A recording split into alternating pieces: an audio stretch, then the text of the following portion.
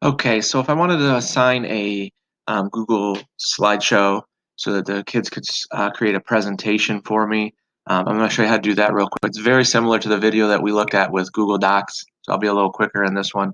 I'm in my Google Classroom. I'd go to the Classwork tab. I'd click Create. I'd make it an assignment.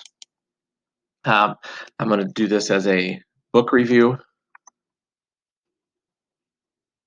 Okay, this is not something I'm going to have my students do with my class, but this would be a good way to do a book report or a summary of a book that you guys have been reading or that the students read during this break. In this instructions area, I would probably include a little bit more detailed instructions of what you want them to do here.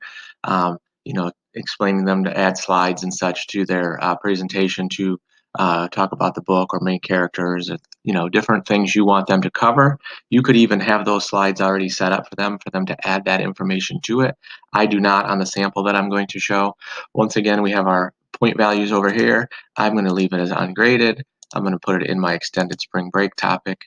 And I'm only going to assign this to one class, but remember we have this option here. You also have an option if you have kids reading different things where you could select different students and post different things to different groups of students. So I'm going to go ahead and click Add. I'm going to say Google Drive file again. It's going to default here to my recent, so it's looking for recent files. And here's my book review. I'm going to go ahead and add that.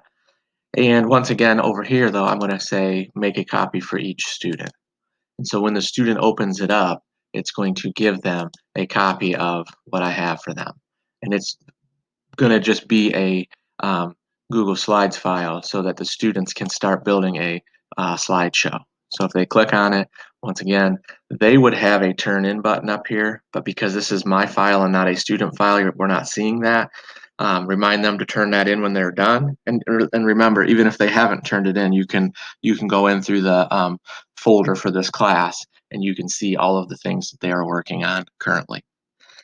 So this would be the file they get, and then they could start building their presentation from here. And this is not something they have to do the whole thing at once. They can go back into their drive, get this file again, and then continue working on it and turn it in when they are done.